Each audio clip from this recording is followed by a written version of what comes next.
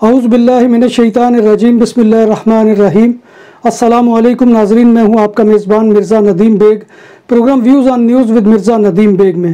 ناظرین محترم، آج 14 جون 2021 ہے اور پیر کا روز ہے۔ پیر کے روز کے خبر نامے کے ساتھ آپ کی خدمت میں حاضر ہوں۔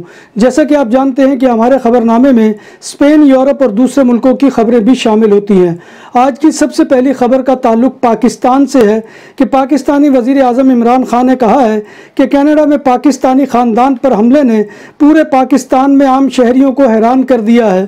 انہوں نے عالمی برادری سے مطالبہ کیا کہ ان نفرت انگیز ویب سائٹس کے خلاف کارروائی کی جائے جو انسانوں میں نفرت پیدا کرتی ہیں۔ عمران خان نے مزید کہا کہ چند بین الاقوامی رہنما مغرب ممالک کے کچھ لیڈر حقیقت میں اس رجحان کو سمجھ ہی نہیں پا رہے کہ کس طرح سے فرقہ واریت اور نفرت انگیزی پھیل رہی ہے۔ اسپین کے وزیر اعظم پیدرو سانچز کی امریکی صدر جو بائیڈن سے پہلی ملاقات برسلز میں ہو گئی۔ ملاقات چلتے پھرتے برسلز میں نیٹو سربراہی اجلاس کے کوریڈور میں ہوئی۔ 45 سیکنڈ کی واک اینڈ ٹاک میں دونوں رہنماؤں نے امریکہ اور اسپین کے مابین ہم آہنگی اور ایک دوسرے کے معاون ہونے کا تاثر دینے کی کوشش کی۔ میڈرڈ میں بھی ڈسکو اور نائٹ کلبز 21 جون سے کھل رہے ہیں اور ان کے بند ہونے کا ٹائم رات 3 بجے تک ہوگا۔ کلبز میں بار سروس کی سہولت ہوگی۔ شرکاء کی انڈور گنجائش 50% ہوگی اور آؤٹ ڈور میں 75% گاہک داخل ہو سکیں گے۔ اسپین کی نیشو پولیس نے الیکانتے کے علاقے میں ایک 40 سالہ ڈومینیکن سٹیزن کو گرفتار کر لیا جس نے اپنی سابق شریک حیات کی جاسوسی کے لیے اس کے گھر کے باتھ روم میں خفیہ کیمرے نصب کر رکھے تھے۔ اس کے خلاف پرائیویسی ایکٹ کی خلاف ورزی، نومروں سے بدعنوانی اور بچوں کی پورنوگرافی کے الزامات کے ساتھ مقدمہ درج کر لیا گیا ہے۔ کیمرے کا پتہ ملزم کی بیٹی نے لگایا جس نے دیکھا کہ ان کے باتھ روم میں جاسوسی کا کیمرہ نصب ہے اور اس نے اس پر پولیس کو مطلع کیا۔ بارسلونا کے نواحی علاقے سان بوئی دے یوبریگت کے قریب C245 پر اتوار کی صبح ایک موٹر سائیکل سوار گرنے کے بعد دم توڑ گیا۔ موسس دے اسکوادرا کو یہ نوٹس شام کو حادثے کی اطلاع ملی اور پولیس جب جائے وقوع پر پہنچی تو وہاں ایک موٹر سائیکلسٹ کی لاش پڑی ہوئی تھی جو موٹر سائیکل سے گر کر زخمی ہوا تھا اور بعد ازاں ہلاک ہو گیا۔ پولیس حادثے کی وجوہات کے بارے میں تحقیقات کر رہی ہے۔ جنوری سے لے کر اب تک 55 افراد کاتالونیا کی سڑکوں پر ٹریفک حادثات میں ہلاک ہو چکے ہیں جن میں 21 موٹر سائیکل سوار تھے۔ آدھے سال سے بھی کم عرصہ گزر چکا ہے اور اتنے ہی موٹر سائیکل سوار پہلے ہی اپنی جانوں سے ہاتھ دھو بیٹھے ہیں۔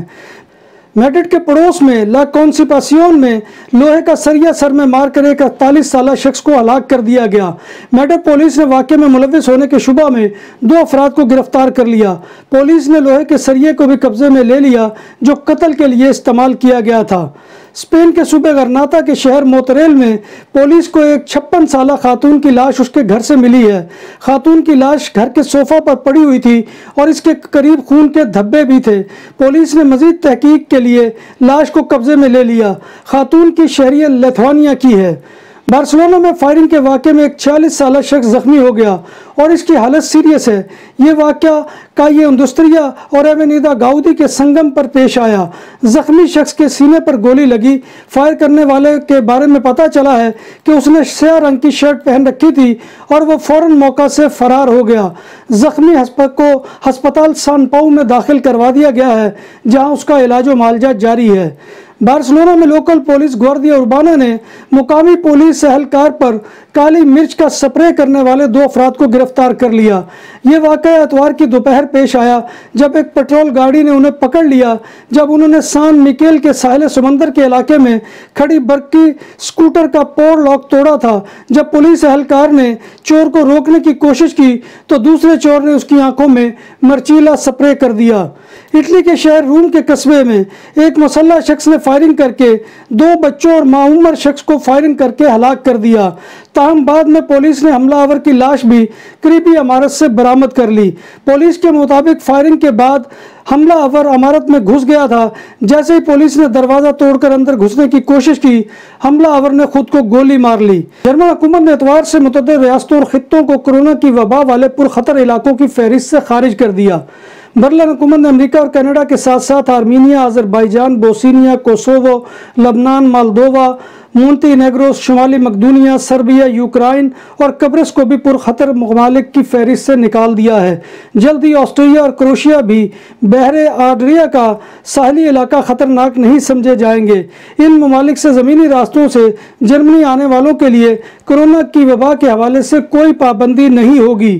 سعودی حکومت نے رواں برس حج کے لیے سعودی عرب میں مقیم لوگوں کے لیے پیکج کی منظوری دیتے ہوئے خواتین کو محرم کے بغیر حج کی درخواست جمع کروانے کی اجازت دے دی ہے۔ حج کا ارادہ رکھنے والے تمام شہریوں کے لیے آن لائن رجسٹریشن کا آغاز ہو چکا ہے۔ جب بات ہو 100% حلال کھانوں کی تو ایک ہی نام، عادل تندوری ریسٹورنٹ۔ بارسلونا میں مہمان نوازی کا پہلا نام عادل تندوری ریسٹورنٹ، بر صغیر کے روایتی حلال کھانوں کا مرکز۔ گرل تندوری روسٹ، چکن اور مٹن ٹکا، سبزیاں اور تڑکے والی دالیں، رس ملائی اور فالودہ۔